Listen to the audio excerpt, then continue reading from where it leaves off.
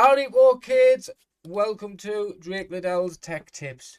Today we're going to be working on the sub bass. I'm going to show you some tips on how to get your sub bass sounding very nice. And this for this one, I'm using one of my trance tracks that I've just recently finished. And I thought with having everything set up and that, it'll speed up the this video a bit and that, like, you know what I mean. That way I can just mute them and show you exactly what I've done and talk you through like what I've done and that. Speed things up a bit, like, instead of having an hour-long tutorial video, you know. Right, so anyway, first of all, what I'm going to do, I'm going to play you the sound and we're going to hear the sub bass itself, and it is in the key of E minor. So so you can hear that that's an E, right? Just standard, nice sub bass, nice heavy sub bass, a rolling sub bass. So right, so first of all, what we're going to do is we're going to boost a little bit in the what I'm going to do, I'm going to mute this for now, right? And then we're just going to visualize it now with span. So press play, and we can see there that the E2 octave is around 83 hertz roughly. So what we're going to do first, we're going to give it a little boost in that area. Literally just like, obviously it tells you the key there, so E2 83, yeah, that's perfect, bang on. So what we're going to do, just boost that just a tiny little bit, just for the low. And this, yeah, we're just going to take the E3 octave. We're just going to take that out, like, well, not out, but we're going to bring that down a little bit, just so the lower ones working more. Like, you can basically you can hear that one like working more than the higher one, like, you know what I mean, the higher octave, sorry. So anyway, once I switch this on, you'll see that peak there, the E2 will go up a little bit, and your E3 here will go down a little bit. And if you keep watching on here, you'll see that one go up and that one will go down a little bit. Once I click this there, so that one's went down a bit, the E3, and that one's went up a bit. Very subtle, but now we're just going to play it, put the sound on.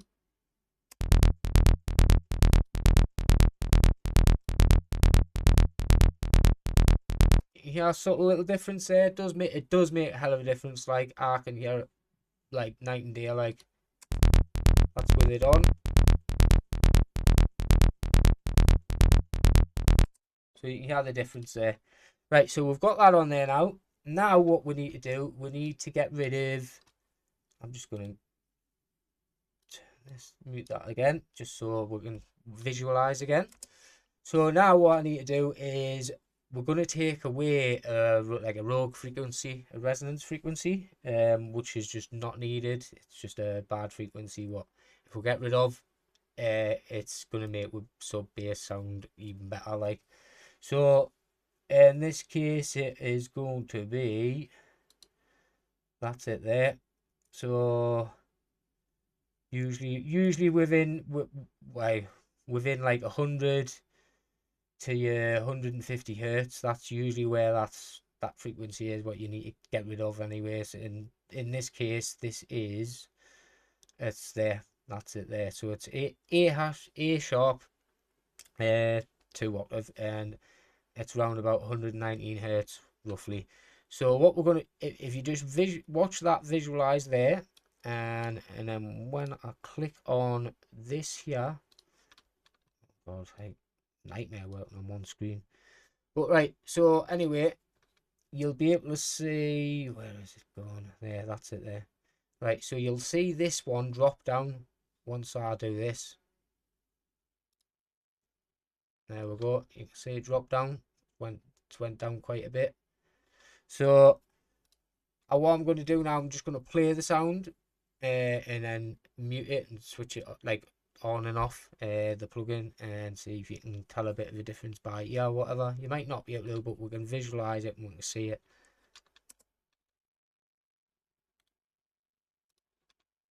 Right, I'm going to play it now and I'm just going to go on and off and see the difference.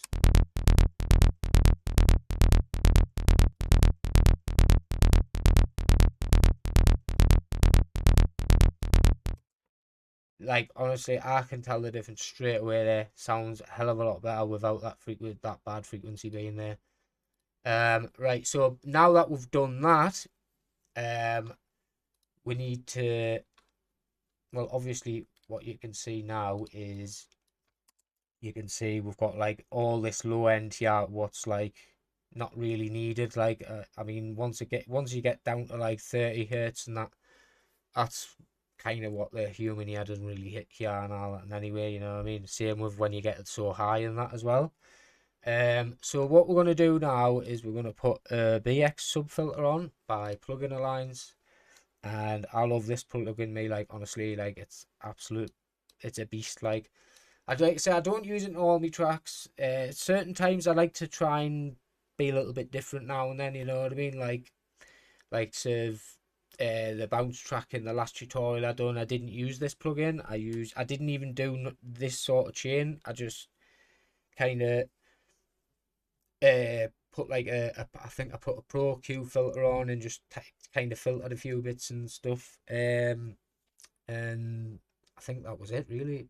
Pro Q3 filter, fab filter, and I just like done a few cuts and stuff. And that was it.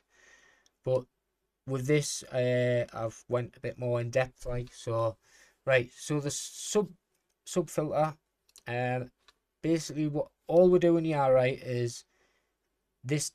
So we change that there. So your resonance, right, we'll change that to a low. Obviously, we're working with a bass. We're not working with high notes or high frequencies. And now we're working in the lows. So this is what we wanted in. So your resonance is to low. I've turned my tight punch up to 49 there. Which obviously I'll show you exactly what it does on span. We'll visualize it in a second. And then the low end, obviously I've just turned that down a little bit, like a -3.9, whatever it is there. Yeah, so right, I'm just going to switch this on and then you'll see the difference on span, what it does.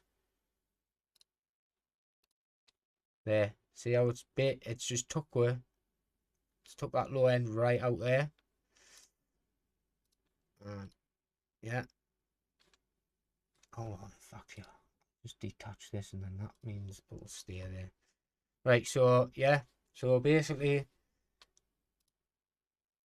why didn't I think of that before?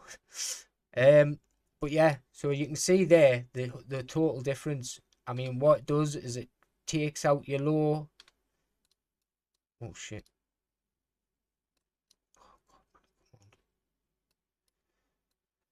So basically, what's done is I've took out the low up to like 49 hertz, and then but it boosts it as well. It's weird, like it's a great plugin, like honestly. So while it's taking the lows out up to 49 hertz, it's boosting it a little bit as well in this area. So as you can see there, once I do it again, there it's like boosted a few bits there, plus it's took out what we needed, you know what I mean? And then I've just the gain out, I've turned that down a little bit as well. So what we're going to do now, we're just going to play the sound and see the difference. And so I'll solo it and then I'll play it. So I'll play it.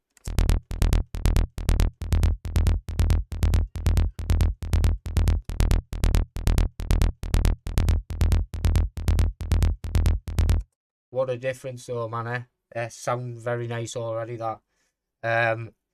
So as we move on to the next bit, this is basically where we've put like another Pro Q3 on there, and that is so we can take all the high end out there. And I've obviously took the high end out up until, so I've took it back all the way to 335 hertz, which is in the key of E4. So I've took it all the way to where are you? All the way to there. So basically, any high end frequencies from here, from this bit here, have been cut. All that high end there, and we'll just visualize it. Off there, and then I'll show you it, visualize it first, and then we'll right, so we'll play it. Right, so this is with it off first, and then I'll switch it on, and there you go. See all that the high end just dropped clean out there. So we've cut all that high end out, what we don't really need because it's a sub bass. So now I'm just going to play the sound. I'm going to switch the plugin back off. I'll play the sound again, and then I'll play it with the plugin on and with it off. So this is it off first, then I'll put it on.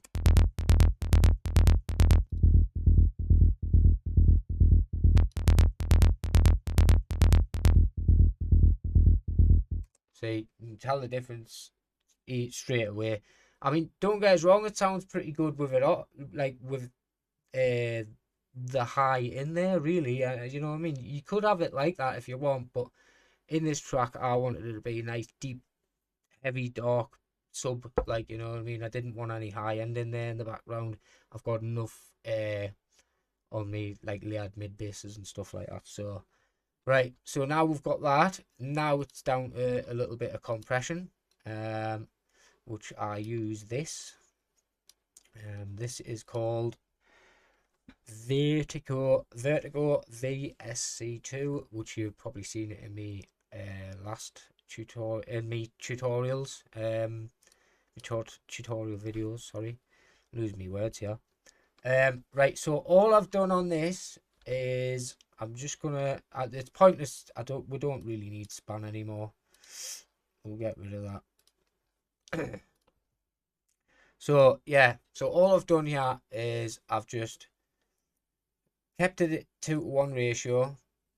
I've kept the attack pretty like slow, and the release of the compression, obviously I've made that really fast. So soon as the compression's finished, it's just like it's coming straight out straight away.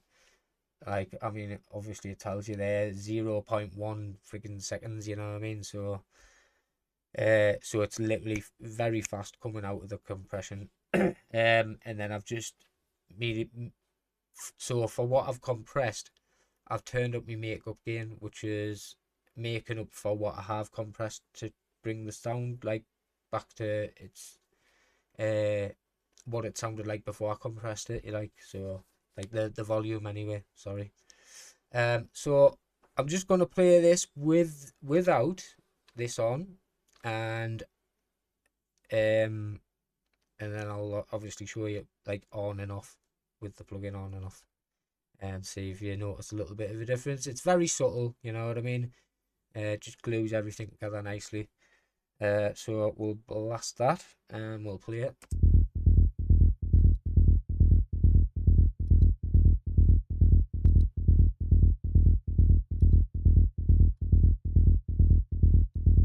So you can notice a difference there, but I can anyway. So what I'm going to do though, I'm going to show you it. So if I've got that on there, so about there, right? So I'll show you, I'll pull right back on the threshold, and then I'll push back right down on it as well. So that's with it off. That's with the compressor, compressing the hell out of it. And obviously I had it roughly about there. And you only want your meters hitting round about no more than 2 really, just like that, perfect. But yeah, so that is my tech tip on doing a sub bass, a Roland sub bass anyway, and a trance track. You can use this method on just a normal offbeat sub bass if you want. It works.